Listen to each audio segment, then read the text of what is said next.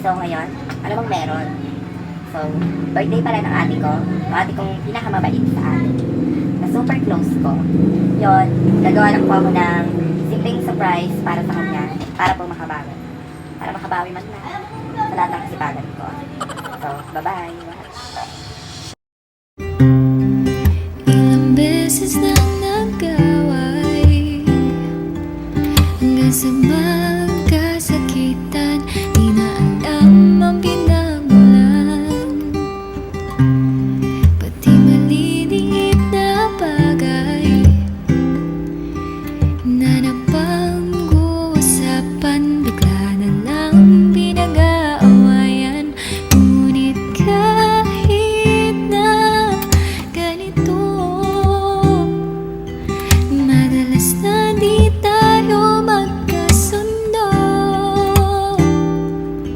Ikaw lang ang gusto kong makapiling sa buong buhay ko.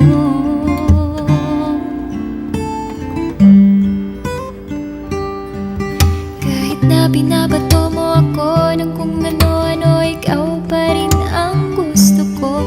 Kahit na sinasampal mo ako at sinisipat susugatan mo, ikaw pa rin, walang iba.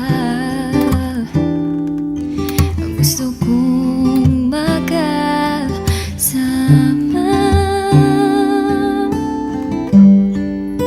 Tapos na po, after 2 hours. Hindi ko siya mabibidyohan bukas kasi maaga siyang darating. Ito po ang kinalabasan kasi wala pa tayong budget. So, yun.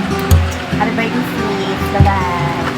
Ngunit kahit na ganito, madalas na di tayo magkasundo. Ikaw lang ang gusto kong makapiling sa buong buhay ko.